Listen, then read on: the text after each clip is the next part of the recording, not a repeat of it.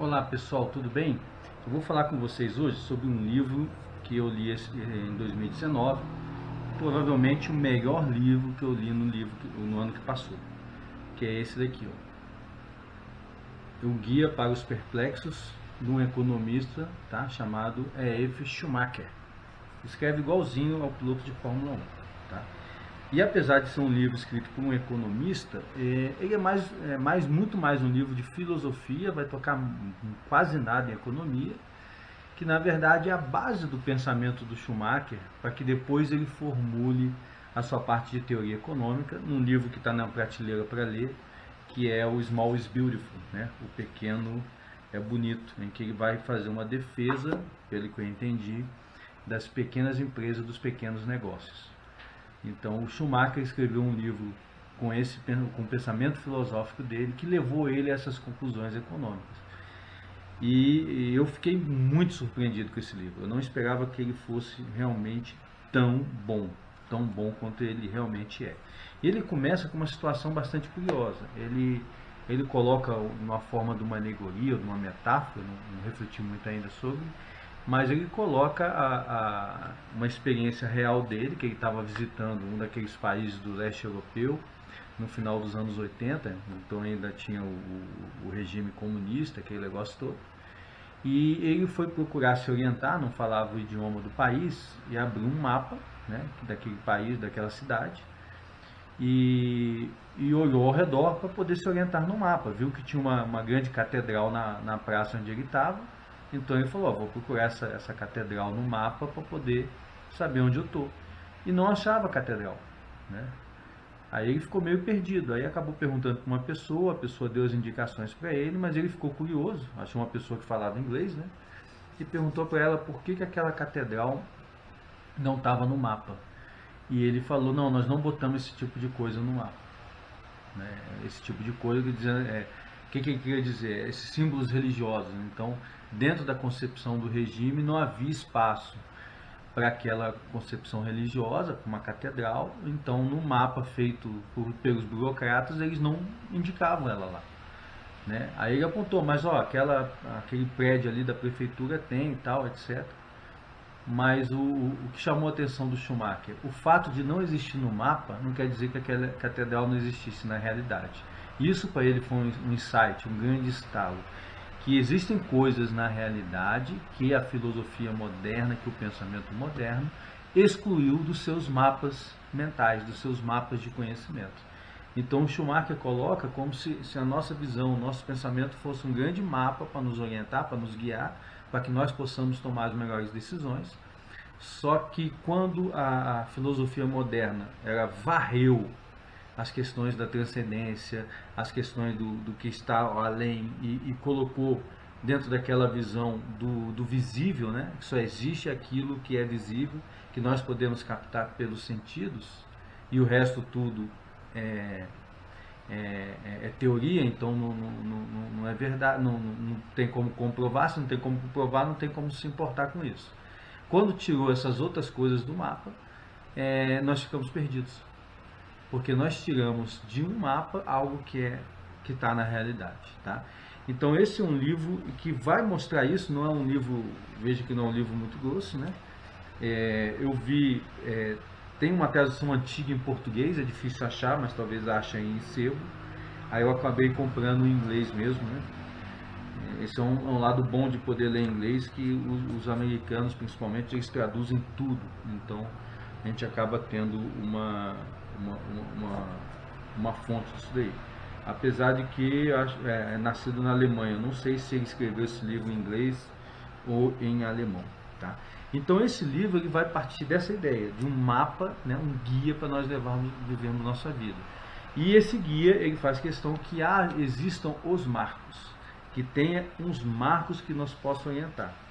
E ele coloca 4 marcos que são para ele fundamentais para você se orientar ao longo de sua vida, né? Ele parte de uma afirmação de Tomás de Aquino, que é muito melhor você saber algumas poucas coisas importantes do que saber um monte de coisa de pouca importância. Então ele diz, do que é importante mesmo eu conheço só 4 coisas, tá? Mas essas 4 coisas são fundamentais. Eu gosto tanto desse livro que eu pretendo gravar mini curso sobre ele, tá?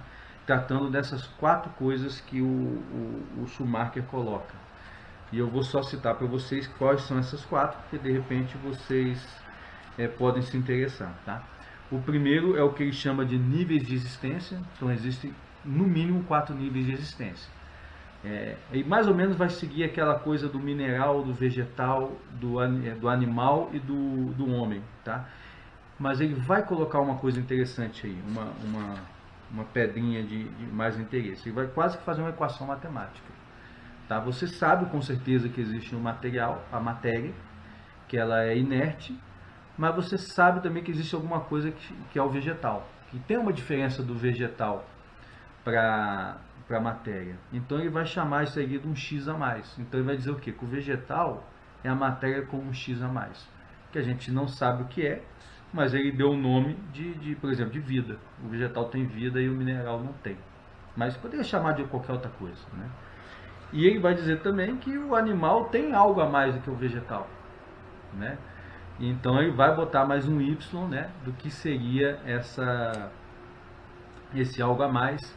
E aí vai para a questão até da inteligência. O animal é capaz de uma inteligência, né? E toma decisões, aquele negócio todo. E por fim chega no homem, que ele vai botar também esse algo a mais, né? Um z aí, um x, y, z, que seria em relação aos animais. Ele tem capaz de autoconhecimento, de conhecer a si próprio, self-knowledge, tá? E ele vai deixar em aberto, olha, isso aqui é no mínimo 4, mas quem sabe existe uma forma de vida superior. E o mais interessante é que o nível inferior não consegue ver o nível superior, né?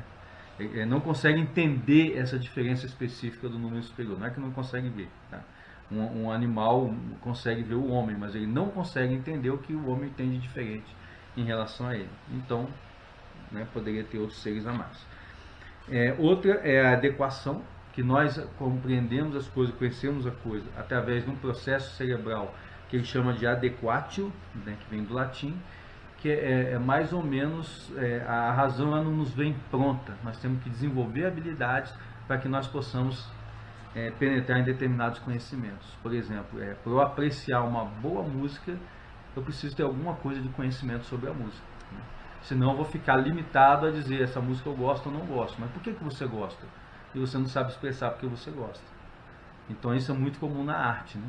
Então você tem que adequar, você tem que treinar uma determinada capacidade para chegar nesse conhecimento. A terceira verdade, o terceiro marco que ele coloca são os 4 campos do conhecimento. Então ele vai dizer que nós podemos conhecer a nós mesmos, nós podemos conhecer o outro, nós podemos conhecer como o outro nos vê, né? E basicamente ele faz esse cruzamento do eu e do outro, tá? Como eu conheço o outro, como eu conheço a mim mesmo, como o outro me conhece e como o outro conhece a si mesmo. E que disciplinas, por exemplo, né, levariam a esse tipo de conhecimento. E por fim, ele vai dizer que nós temos 2 tipos de problema ao longo de nossa vida para resolver. Então, nossa vida é composta de vários problemas que nós resolvemos, mas eles têm 2 tipos. Tem o problema que ele chama de convergente, que é aquele problema que quanto mais você se dedica a ele, quanto mais tempo você leva, mais próximo você vai chegando numa solução. E o problema divergente é justamente o contrário. Quanto mais você se dedica, quanto mais você conhece, mais conclusões diferentes você vai chegando sobre aquele problema, ou seja, aquele problema não converge para uma solução. E ele vai dizer que os grandes problemas da vida, eles são de natureza divergente. Por exemplo, como eu devo educar meus filhos? Existem várias teorias, de vários especialistas, de várias pessoas que estudaram muito, mas eles não vão chegando em decisões convergentes, vão chegando em decisões, assim, em conclusões que são muito distintas umas da outra e que nos leva a colocar o que afinal seria a mais adequada.